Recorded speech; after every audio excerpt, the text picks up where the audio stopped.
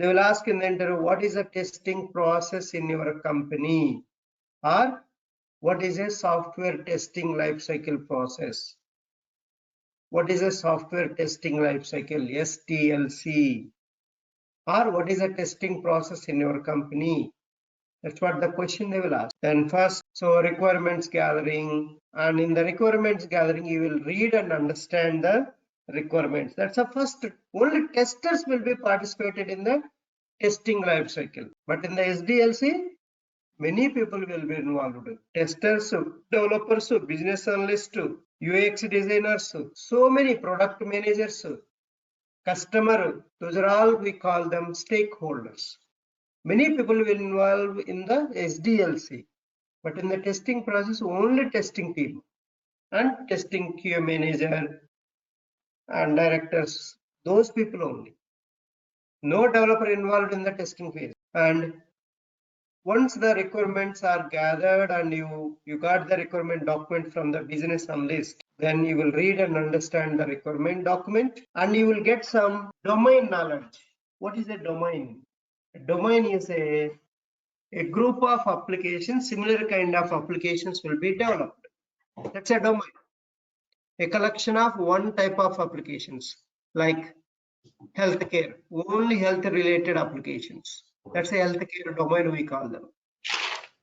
Banking, only banking related application. That's a banking domain we call them. And e-commerce, only e-commerce applications like eBay, Amazon, Flipkart. So all these are all e-commerce. And stocks and trade, another application types. Another domain, insurance domain, another one. In the insurance domain, so many applications will. That's the insurance domain is one umbrella. Under that, you have so many applications in all insurance related. Healthcare, only health related. Banking, only banking application. That's what domain means. Domain is the root. Under that, you have different same category of application. So you should get a knowledge on domain, which domain you are working, and the requirement knowledge you should have fairly understand each and every requirement. That's a requirements gathering and that first phase. And second phase, test planning. Test plan. So here is the one by one very clearly given. Understand the requirement document and get domain knowledge. If you have any queries regarding requirements, set up a meeting with the business analyst or product manager, get it clarified with them. That's the first step. Second step, design the test plan. That's what I included here. So test plan design. Who will do this test plan design? The test QA manager or test lead. So any one of these guys will prepare this test plan. You are not going to participate in the test plan design. Next one, test case design. What is the base documents for test case designing? Requirement document or screen layouts. These are the base documents for preparing the test case document or use case document or screen layout. And user stories are nothing but in the Agile methodology, we will call this new features. Requirement is called user story. Or in the normal SDLC models, we will call functional requirement specification or use case document or so user story. User story, the requirement, new requirement is called user story in the Agile Scrum methodology. But the normal methodologies, you can use either FRS or use case. But screen layouts is mandatory. Either they will get FRS or use case or user story. In the user story, always if you are using Agile methodology, user story only you need to call. One new requirement is called user story. One new feature is called user story. New feature you are developing, that is called user story. So based on this documents, you will design the test cases. That's the 3 steps. So who is there in the what? Only testers only. From the beginning, testers only here. They will read and understand the requirement document and they will get some domain knowledge. And domain knowledge you need to learn. If you are working with banking applications, you should know about all banking terminology.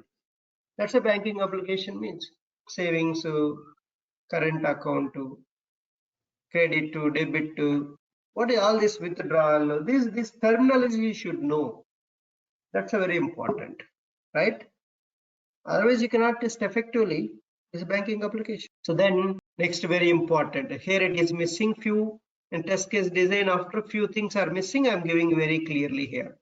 That is, once a test case designing is done, you have to send for review of this test case document, review, re-looking into the document, review the test case document. Reviewing means you have prepared a test case document. Either your colleague will review the test case document, your document, your colleague will review. For example, Shanti prepared a test case document. Swarupa will review them. What is the base for Swarupa to review? Requirement document. She has to see the requirement document, one by one requirement, and you check in the test case document whether that is implemented or not. What are the different types of reviews? Peer-to-peer review, that means colleague to colleague review. Peer-to-manager, your manager also can review your test case document. Technical reviews, that means business analyst or development manager or a development team, any one person in the development team or client, any one of these guys should review and approve your test cases, whether you have written correctly or not. That's a reviewing of the test cases. If any review comments are provided, incorporate those changes in the test case document. If no review comments are there, then that is the final draft, final test case document. If they suggest some changes, you have to modify the changes.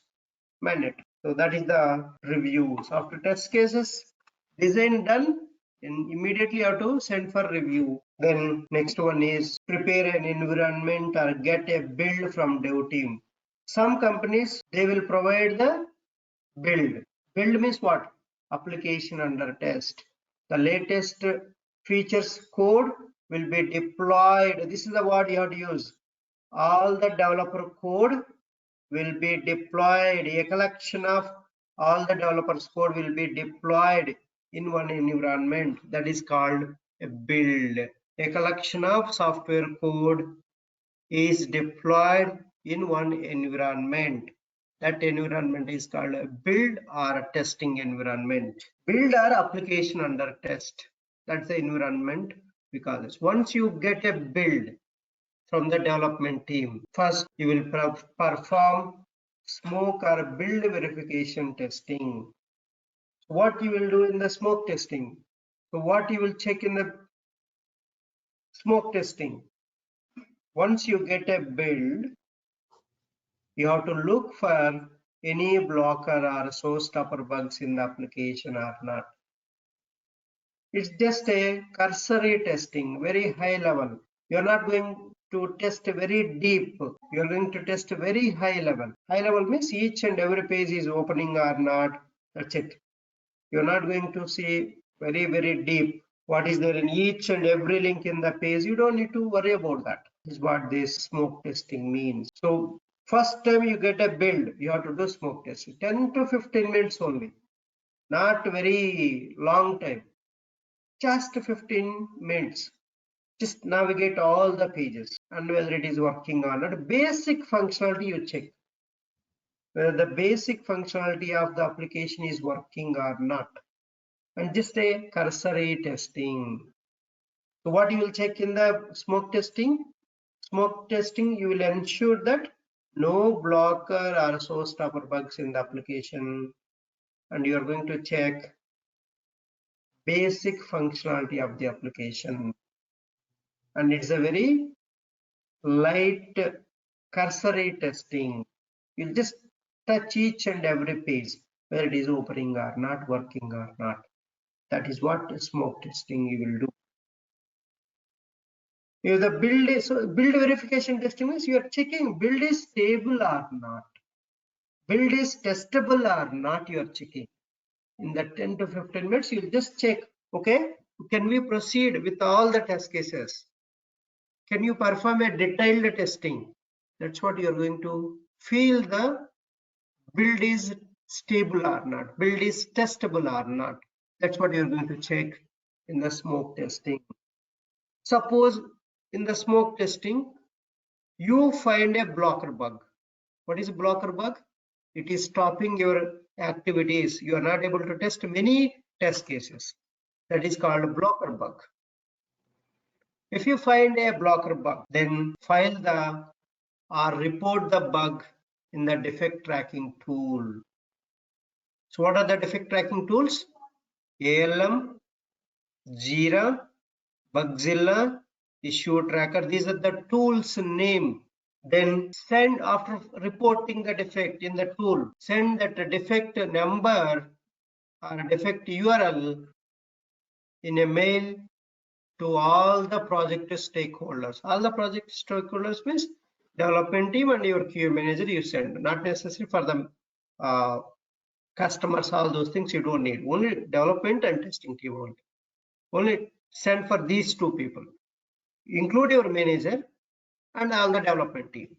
All the development team is which developer you are working. This bug belongs to which developer. The developer name and development manager name also you need to include in the email. That's a mandatory. If no blocker bug is there in the build, then you are ready to continue with a detailed testing. That's what the smoke testing, what you're going to check. So all these points you have to explain very, very clearly. Okay, no blocker bugs are there, so that we can continue our detailed testing, further detailed testing. Then test case execution you will start. You will take the test cases, one by one test case you will execute. Even smoke testing also you will take a few test cases. Basic functionality test case you will take and you will execute them. You have a test cases in the smoke testing, but very limited basic functionality. But in the test case execution, you will execute each and every test case, positive, negative test case, everything you will test. That is called test case. Each and every test case you will test in the test case execution. And then you will report each test case pass or fail. That is called test log report, marking the each test case pass or fail and reporting that bug in the bug tracking tool. That is called test log report. If any test case fails, mark the test case status as a fail, then file a bug in the defect tracking tool. If test case passed, mark the status as a pass. If test case fails, mark the test case status as a fail. There is a status column, pass or fail you have to write each test case opposite. Defect reporting, once while executing test cases, suppose one test case failed, then immediately you have to go to the reporting tool, defect reporting tool, log into defect reporting tool, and then click on create button and the template will open to you. In the template you fill what is the issue, first write issue name, issue statement you write. Then select the project. First you have to select the project. After project, select the component, sub-component in that project. Then you write the summary. Summary means the issue summary. Then assign to the developer, which developer you want to assign. Then environment, then priority and severity. You give priority and severity also. Then description. You have to give detailed description. How you got that bug. That you explain detailedly from application launching to till application closing until you got a bug. All the step by step you note down. What is your expected result and actual result? Expected means customer is expecting. Actual means what actually happened. Application is going to give you. Application is going to give you actual result. Expected result to where you will get in the FRS document. Where you will get expected result? FRS document. Expected means customer expectation. Where you can find this customer expectation? In the FRS document or in the requirement document. Requirement document, whatever is there, that is the expected result. Actual result means application behavior, application output. What input you have given, what is the output application is giving. that output and customer expectation both are same or not. If both are same, then test case is passed. If both are not same, there is a difference, then you can say that is a defect. The defect, you need to file in the defect reporting tool. These are the defect reporting tools. You have to choose one of the defect reporting tools. That's Jira is a very famous. So I'm going to explain very detailedly Jira. So we can explore about Jira. You can put in your resumes also Jira only, your bug tracking tool. And so test cases you will execute. First day you will execute maybe 10 test cases. In the 10 test cases you got 10 or 15 test cases maybe. Then you got 5 bugs or 2 bugs you got. Then 2 bugs you have to file, and each bug has a one number. It will generate the number automatically by tool. That bug numbers you have to take those bug numbers, and at the end you have to keep it in some place. Which bugs you filed, all those things. That's if any test case fails, and this is what you need to do. And defect reporting. So if any test case fails, report the bug in the bug tracking tool is called defect reporting, with all necessary information, and then assign to development team, and you have to report with the necessary information in the template. Then you click on submit, the bug will create. One dynamic number will generate. That number you keep it, because you can search that bug also with your name. So how many bugs you find, you can find out in the search. There is a search option in every tool. In the defect tracking tool, you have a search option. That's a defect reporting. Like that, you will file many bugs. Once all the bugs are filed, and the bug will go to development team. The manager, their manager will look into that. If it is a valid, he will assign to the right developer. If it is not valid, he will close that bug. He will say, this is not a valid bug. You misunderstand the requirement. You will make the invalid status. The bug is not valid. You will tell that. Why it is invalid, you will write the comment. So how the functionality you will explain. So that's the thing. And bug fix verification. Verifying all the fixed bugs. Basically, the fixing the bug is done by developers. Our job is finding the defects. Developer job is fixing the bugs, correcting the code. He is going to correct his code. Bug fix verification. You got a fixed bugs, you will get it, and you will verify them. All the fixed bugs you will verify. That is called bug fix verification. What is the retesting? To ensure that the failed test case is working properly as per expectation. Only failed test cases can be retested. Only failed test cases can be retested in the retesting. The meaning itself is there. Retesting. Already tested one first time, when you test it failed. Now the developer corrected that failed test case code, and he fixed it, and he is sending back to you. Now you are retesting that. That's what the retesting, testing again the failed test case.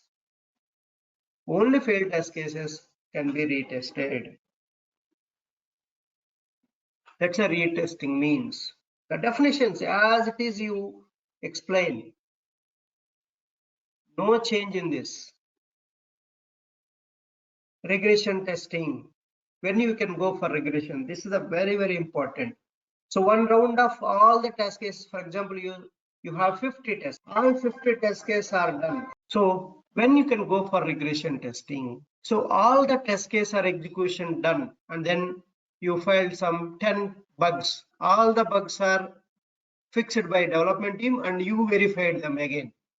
That means that code is modified, right? Modifying the code to fix the bug means we don't know where it is going to break. So that's what the regression testing is important. One more round of testing is important. That is regression testing. What the regression testing tells, you are going to ensure that there are no new bugs introduced in unchanged areas of the application. Unchanged areas of the application, new bugs should not introduce, because it was working previously.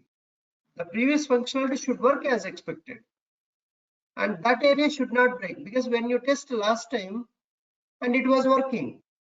And because of some change in the other area, and it should not cause other area the bug. The working functional should not break now. That's what you are going to ensure in the regression. Okay, existing functionality is working properly, and because of his code change, nothing affected. That's what you are going to ensure in the regression testing. Whether it is affected or not, you are checking. How can you check that? If you test one more time, all the passed and failed test cases, you will test one more time. Then only can tell that. Otherwise, you cannot tell that, right? That is called regression testing. So if no new bugs are present in the application, then you can give a sign off saying that, okay, we didn't find any new bugs. Code looks good. Application functionality is working fine. So that's what the sign off means. You are giving a confidence to the company people and also to the customer. You tested all the scenarios and every functionality is working perfectly. That is the testing process. And what are the documents you will deliver? Test case document, test plan document, test log report, defect report. Test log report, what it contains? Pass or fail, how many passed, how many failed, and failed test case defect number should be there. You have to place the defect number opposite to failed test case. That's a test log report. So status will be there, actual value we will write, and the bug ID if the test case fails. If bug test case not passed, then you can use that one. So defect report. A defect report means, so how many bugs you filed and what is the status of each bug. So how many are open state, how many are in closed state, and what state there, how many are in progress by the development team. So all this report you have to give very detailed report. Then, so everyday task. So as a tester, what you will do every day? When you land, every day when you reach office, you have to first check your mails. Any issues are there in your area and somebody is complaining on your area or not, and respond to the mails. Then you will attend the status meetings. You have to attend the status meetings and you have to give what you did yesterday, what you are going to do today, and the detailed status report you have to keep in front of you. That's why you have to, while testing itself, you need to note down how many bugs you filed today, how many bugs you verified today, how many test cases you executed. This data you need to tell them in the meeting. This is the very important. While testing itself, you note down, okay, today I finished this 15 test cases. I filed 2 bugs. Number of bugs filed, new bugs, 2. And then you can see a number of bugs verified, fixed bugs. So 1 bug or whatever it is.